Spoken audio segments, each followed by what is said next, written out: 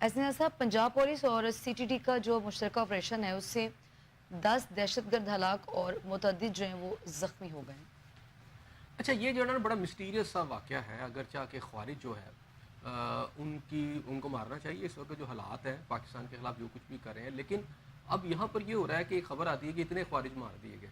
अच्छा। और अब मैं ये समझता हूँ कि इस तरह के जो वाक़यात होते हैं उनकी डिटेल्स भी आनी चाहिए कि अगर 10 हैं तो वो कहाँ से थे, वो कहाँ आए थे, वो किस तरह वहाँ कर रहे थे, इनको क्या पता चला, फिर वो कैसे एक्सचेंज ऑफ फायर हुआ।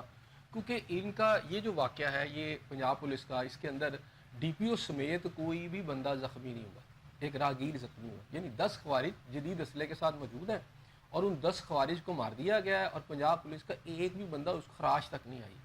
तो देखिए, पंजाब पुलिस की जो हिस्ट्री है हमने वो देखा है कि जाली पुलिस इनकाउंटर्स हमने देखे माजी में, यहाँ रूटीन में होते हैं।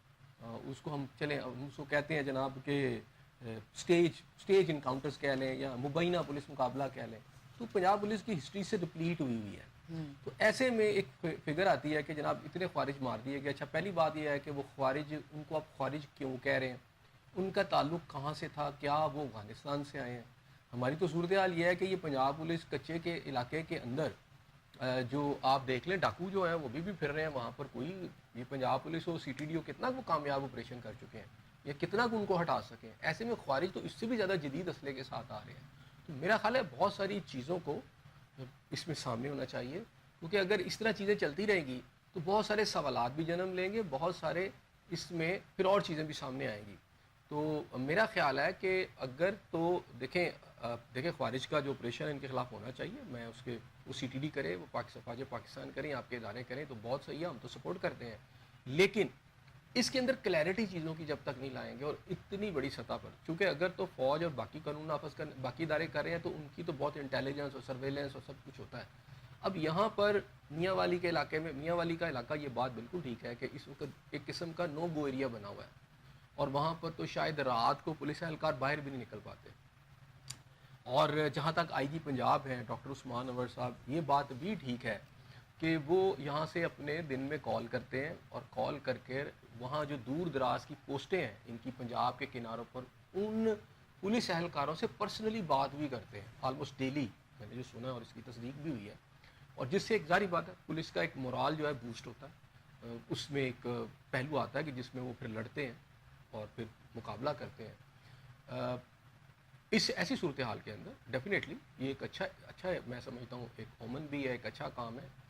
लेकिन बहरहाल फिर मैं कह रहा हूँ कि अगर इस तरह चीज़ों को करने से फिर कुछ इसके मुज़म्मरात भी हैं वो भी सामने आएंगे। सो चीज़ें क्लैरिटी में होनी चाहिए, ट्रांसपेरेंट होनी चाहिए। ऐसे सब, पंजाब पुलिस और सीटीडी की जो मुश्तरका कोशिशें हैं या जो ऑपरेशंस किए जा रहे हैं, आप समझते हैं कि इससे दहशतगर्दी पर काबू पाया जा रहा है? काफ़ी डेफिनेटली देखिए, उसमें अगर सीटीडी के इदारे की बात करें या पुलिस की बात करें तो हमने ये देखा कि खैबर पख्तूनख्वा इलाके के अंदर और बलूचिस्तान के इलाके के अंदर जिस तरह पिछले दिनों टेररिज्म के वाक़यात हुए हैं, इसमें 90% इम्कानात इस बात के थे कि वो स्पिल ओवर होकर पंजाब में भी आ सकते थे, सिंध में भी आ सकते थे। लेकिन अगर नहीं हुआ और ये ईद अच्छी गुजर गई तो डेफिनेटली इसमें पंजाब पुलिस का भी एक रोल है, पॉजिटिव रोल है, लाहौर पुलिस का भी एक पॉजिटिव रोल है और सीटीडी का भी एक पॉजिटिव रोल है। क्योंकि बहुत सारे ऐसे वाक़यात जो हैं जो होने से पहले ही सीटीडी के ऑपरेशनों में ख़त्म हो गए, ख्वारिज पकड़े जाते हैं या टेररिस्ट पकड़े जाते हैं उससे पहले कि वो कोई बड़ी कार्रवाई करे। ये भी एक फैक्ट है। अच्छा, ऐसा साहब, आपने अभी कहा ना कि बड़ा मिस्टीरियस से केसेस हैं कि अगर 10 खारिज या दहशतगर्द जो है वो हलाक होते हैं तो उनकी डिटेल्स भी सामने आनी चाहिए। डिटेल्स आनी चाहिए तो उसमें ये तो अगर ऑपरेशन करते हैं और उसमें दहशतगर्द मारे जाते हैं तो ये तो उनकी कामयाबी है ना कि हमने अपना ऑपरेशन मैंने फिर कामयाब किया है। देखिए, हमने तो बलूचिस्तान के अंदर मिसिंग पर्सन और एक रिएक्शन भी जन्म लेते देखा, जब वहाँ पर आपको पता है जबरी गुमशुदगियों और फिर इस तरह के जो आपके रियासत मुखालिफ लोग हैं उन्होंने बहुत सा प्रोपेगेंडा भी किया, ठीक है। और मेरा ख्याल है कि ख्वारिज के हवाले से ये एक बड़ा ऑपरेशन जो सीटीडी, ये काफ़ी अरसे के बाद एक बड़ा ऑपरेशन हुआ है। क्योंकि पहले तो ये है कि उन इलाकों के अंदर आपके जो दीगर इदारे हैं जिसमें फ़ौज भी एस्टेब्लिश, आपके जो बाकी इदारे हैं वो कर रहे थे सारा, उसमें सीटीडी भी थी लेकिन बराह रास्त वो कर रहे थे ना। तो उनकी जो ट्रांसपेरेंसी है वो बहुत ज़्यादा है। मैंने आपसे कहा शफाफियत की बात जो करें। अब पंजाब पुलिस के साथ कुछ इल्ज़ामात भी हैं, एक रिप्यूट भी ट्रैवल कर रही है, उसमें 10-12 लोगों को इस बात की, देखे ना 10 बोरा ख्वारिज है, जदीद असला उनके पास है, हम ये कहते हैं कि उनके पास अमेरिकन असला भी है, ओके। اب امریکن اسلحہ جو ہے اس میں کئی گنز ایسی ہیں جو کہ آپ کی جب انویسٹیگیشن ہوئی چیزیں سامنے آئی وہ یہ ہے کہ اگر فرض کیا کہ ان کے پاس ایسی گنز ہے جو 5 کلومیٹر تک اس کا آپ سمجھے اثر ہے اور وہ وہاں پر فائر کر سکتی ہے، تو جو ہماری پولیس کے پاس ہے وہ شاید 3 کلومیٹر تک ہے، تو اس سے پہلے کہ یہ فائر کریں بلکہ کر بھی دیں تو ان کی گولی ادھر تک نہیں پہنچتی. یہ بھی چیزیں حقائق ہے نا، یہ سامنے آتے رہے. تو اب 10 خوارج کو آپ یا 12 خوارج کو یا چلیں راؤنڈ اباؤٹ اتنا ہے کہ آپ نے کیا ہے اور پتہ چلتا ہے کہ پولیس کا ایک اہلکار بھی زخمی نہیں ہوا، تو یہ وہی آپ کو پولیس انکاؤنٹر یاد آ جائیں گے جو ہم روٹین میں کئی دہائیوں سے دیکھتے آ رہے ہیں. جب گولی چلتی ہے تو ظاہری بات ہے وہ تو نہیں دیکھتی کہ کون آگے کھڑا ہے، وہ تو چل جاتی ہے اور اس میں زخمی بھی ہوتے ہیں. ہم نے یہ کچے کے ڈاکوؤں کی بات کریں ایسے سب ان کے پاس بھی جو جس اسلحے کی بات کر رہے ہیں کہ وہ ان کے پاس جدید ویپن ہے.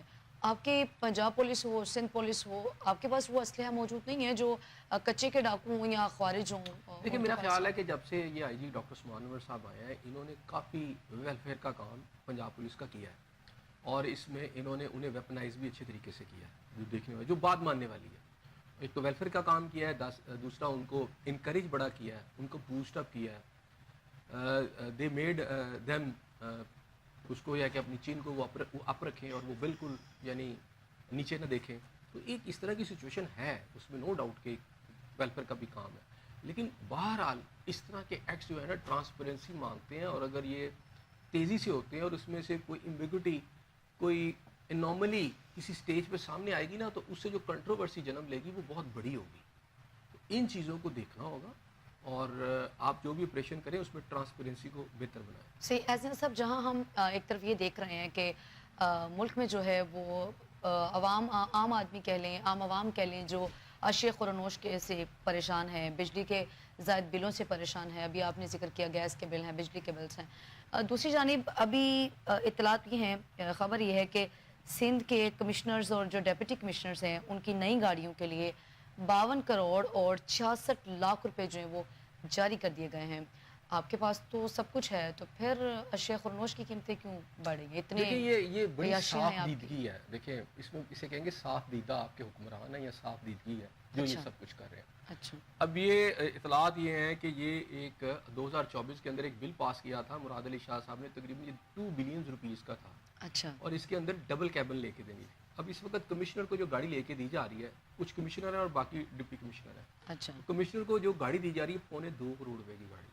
اچھا. 2.25 کروڑ روپے کی جو آپ کے ڈپٹی کمشنر ہیں وہ بھی تقریباً 1 کروڑ 40 لاکھ کی گاڑی دے رہی ہے. مجھے یہ بتائیں ایک ایسا غریب ملک جو گردن تک آپ کا اس وقت غیر ملکی قرضوں میں جکڑا ہوا ہے اور ان کے پاس پہلے بھی بہت اچھی اچھی گاڑیاں ہوتی ہیں، ان گاڑیوں کو ٹھیک کرایا جا سکتا ہے. وہ گاڑیاں کب آپ اتنی لگژریس گاڑیاں اس میں کیسے باہر نکل کے آپ کے یہ ڈپٹی کمشنر اور یہ اسسٹنٹ کمشنر نے کیا کرنا ہوتا ہے؟ آلو ٹماٹر پیاز کا ریٹ چیک کرنا. یہ کیا کر رہے ہیں؟